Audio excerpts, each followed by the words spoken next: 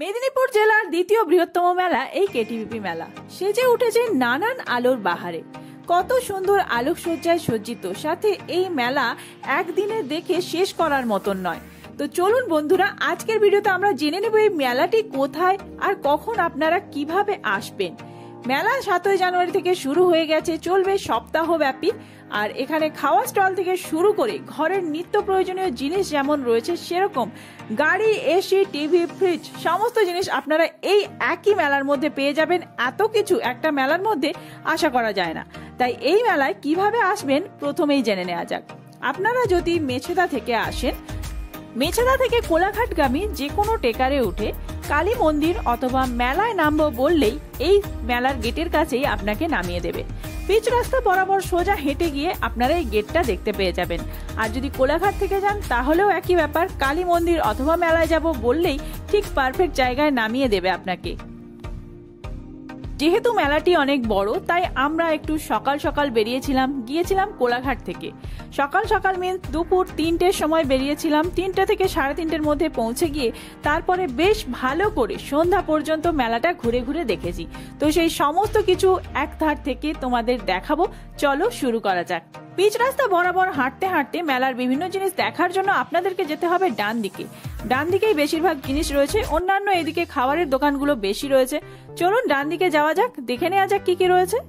ডান দিকে ঢুকতে প্রথমেই রয়েছে একটি আচারের দোকান, মেদিনীপুরের বিখ্যাত আচার। আমি একবার এখান থেকে আচার কিনে খেয়েছিলাম। সত্যি বলতে যারা আচার খেতে ভালোবাসো, আচার লাভারদের জন্য এটা বেস্ট। সত্যি খুব ভালো খেতে। আমার জিভে জল এসে যাচ্ছে ভিডিওটা এডিট করতে করতে। তবে এইবারে স্পেশালি আমি আচারটা কিনিনি, পরে কিনবো বলে ভেবেছিলাম, আর কেনা হয়নি, বাড়ি চলে এসেছি। আচারের কাউন্টার পেরিয়েই কয়েকটা নিত্য প্রয়োজনীয় জিনিস কেনার দোকান রয়েছে, সেইটা পেরিয়ে গোলভাবে রাউন্ড করে ঘুরে এসে পরের শাড়িটায় ঢুকলেই এই 100 টাকায় যে ব্যাগগুলো বিক্রি হচ্ছে, এই 100 টাকার ব্যাগ আপনারা পেয়ে যাবেন। সত্যি বলতে 100 টাকার ব্যাগগুলো খুব ভালো ছিল।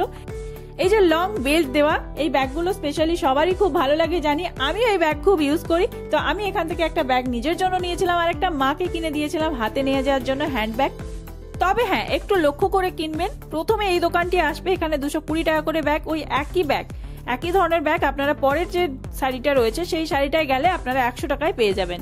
অন্যান্য জিনিস তো দেখবই, তবে তার আগে জেনে নেওয়া যাক এই মেলা আর কতদিন থাকবে। 7ই জানুয়ারি থেকে শুরু হয়েছে, চলবে 14ই জানুয়ারি পর্যন্ত। আর এর পরেও একদিন কি 2 দিন ভাঙা মেলা থাকবে। আর তার সাথে 14ই জানুয়ারি রয়েছে আতশবাজি প্রদর্শন।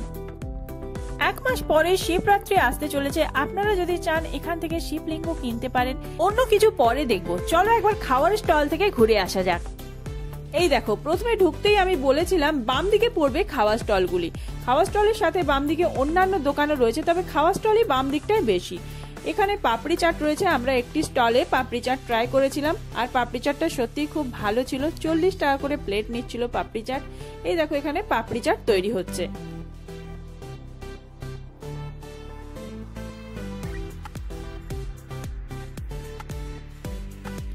বেশ ভালোই অনেক কিছু দিয়ে সাজিয়ে দিয়েছিল, কোনো জিনিসের কমতি ছিল না পাপড়ি চাটটায়। আর পাপড়ি চাট এবার আমাদের হাতে চলে এসেছে।